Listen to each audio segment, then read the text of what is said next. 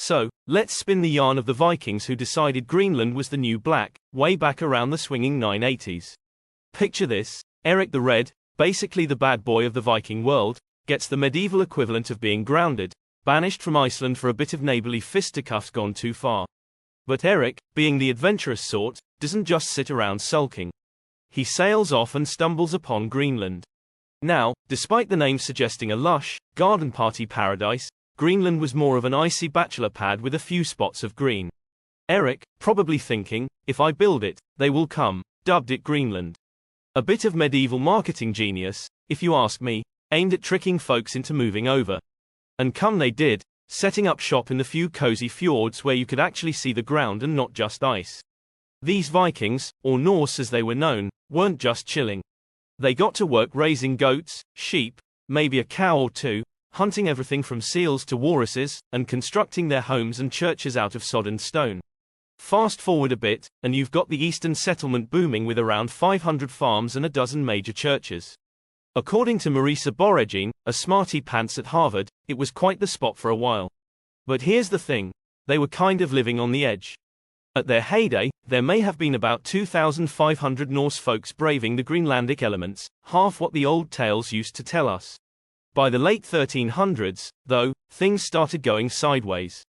The western settlement threw in the towel, and the eastern settlement followed suit a bit later, with the last documented shindig being a wedding bash in 1408. Cue mysterious disappearance vibes by around 1450, with everyone either pushing up daisies or sailing into the sunset. Fast forward to 1721, and all the new kids on the block found were ghost towns and Viking ruins. Since then, everyone's been scratching their heads, trying to piece together this epic historical puzzle.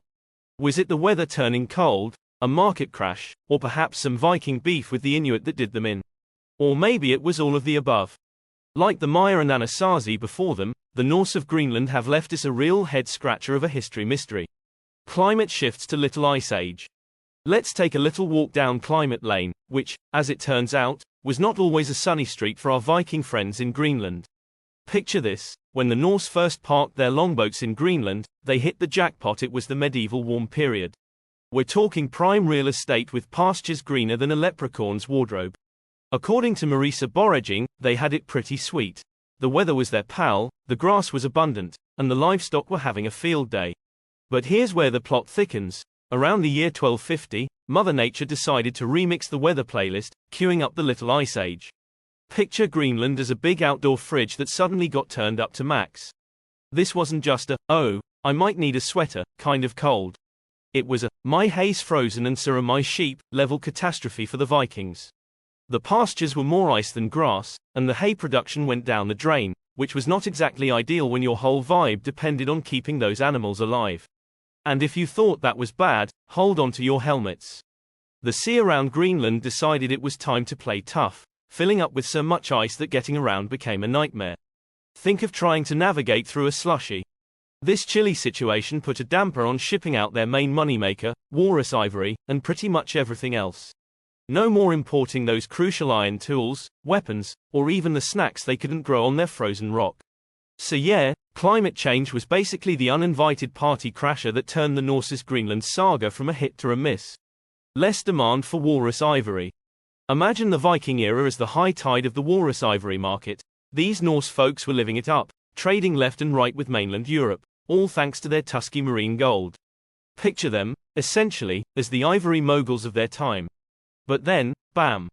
Out of nowhere, the market got a taste for something a bit more exotic: elephant ivory from Africa, which was like the Louis Vuitton to walrus ivory's Gap.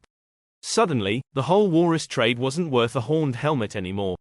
This hit the Norse hard, especially since chasing after those big, blubbery bucks might have been the very reason they ended up in Greenland after wiping out Iceland's walrus population. Thomas H. McGovern, essentially the Indiana Jones of Norse archaeology over at Hunter College, throws a bit of a curveball into our understanding of these chilly-era entrepreneurs. For the longest time, everyone thought these Vikings were just some frosty farmers who hunted walrus on the side. Turns out, it was the other way around. They weren't dabbling in the walrus game, they were full-tilt boogie into it, with a side hustle in agriculture to keep the pantry stocked. These weren't your casual Sunday boaters, folks.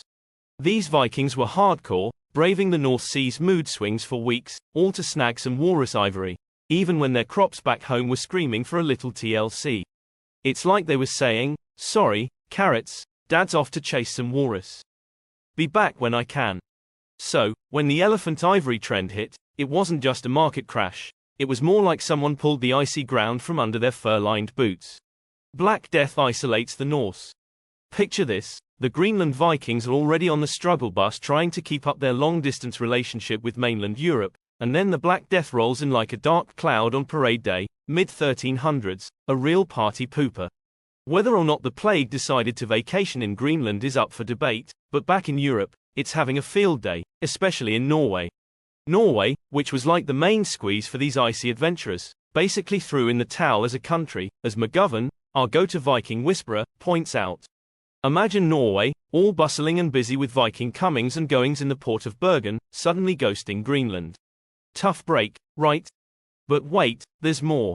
With their social calendar with Europe wiped clean and the weather throwing tantrums left, right, and center, the Norse decided to twist the knife in their own collective back with a bit of environmental oopsie-daisy. Some brainiacs in the room think that these Vikings might have been a bit too enthusiastic with their animals, leading to some serious soil erosion. Like, hey, maybe eating everything in sight wasn't such a hot idea. On top of that, they chopped down most of their trees, which was a bit of a facepalm moment. No trees mean no wood for fixing ships or lighting cozy fires. Essentially, they're starting to realize that maybe, just maybe, they've been their own worst enemy in this saga of survival. Clashes with Inuit.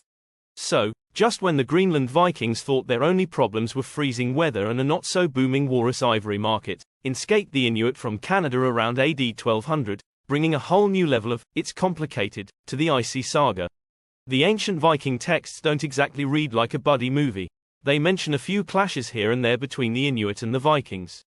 You know, the usual neighborly squabbles, except with more spears and longboats. And to make the plot thicker, Viking stuff has been turning up at Inuit yard sales, read, archaeological sites. Yet, pinning down how much the Inuit turned up the heat on the Vikings' already simmering pot of troubles is tough. McGovern, basically the detective of this historical drama, reckons the Vikings and Inuit were more frenemies than anything else. Sure, they had their battles, because what's a good saga without a skirmish or two, but it's anyone's guess how they really got along day to day. And then there's this twist, the Inuit didn't just crash the Viking party, they also outstayed the Dorset, an indigenous group chilling in Greenland since around 800 BC talk about being the last group standing. The Inuit basically walked into the room and said, okay, everyone, times are changing, either adapt or it's time to hit the road. And in this frostbit game of historical survivor, the Inuit were the ultimate winners. Sea level rise, and drought. Let's add a couple more jigsaw pieces to the Norse saga puzzle that's already looking more complicated than assembling IKEA furniture with a hangover. Recent brain picking has spotlighted two more party crashes, a persistent drought that basically turned hay production into an extreme sport, and a sea level rise flirting with a 10-foot lift. If Borogene's brainchild, read, research paper, is anything to go by, we're talking about enough water to give a good chunk of productive farmland near the fjords a permanent bath. Imagine Bryce Canyon National Park but underwater, that's the scale of flooding we're talking about. Yep, it's a whole lot of, oops, there goes the farm. And just to twist the knife a bit more, Borogene and the gang figured out that back in medieval times, Greenland was dealing with sea level rise drama that made the 20th century global averages look like child's play. So, with all these curveballs being thrown their way, it was only a matter of time before the Norse hit their breaking point, like a Jenga tower built by a toddler. Borogene points out that while it's tough to say which problem was the straw that broke the Vikings' back, the pile-up was definitely real. Cut to the past, where everyone's thinking the Norse were just stubborn old goats who wouldn't change their ways, a bit like refusing to update your phone even though it turns off every time you open an app. But hold your horned helmets. New dirt dug up shows these Vikings were actually more adaptable than we gave them credit for. By the 14th century, they were practically pescatarians, munching on seal meat like there was no tomorrow, which, spoiler alert, there wasn't. McGovern, our resident Viking sage, reckons we've still got a long way to go in cracking this cold case but admits we've made some strides. And here's the kicker he leaves us with, history's got lessons for us, especially when it comes to climate change and sea level shenanigans. In McGovern's wise words, you can do a lot of things right and still die. A bit grim, but it highlights the ultimate truth. Adaptability has its limits, and sometimes, nature has the final say.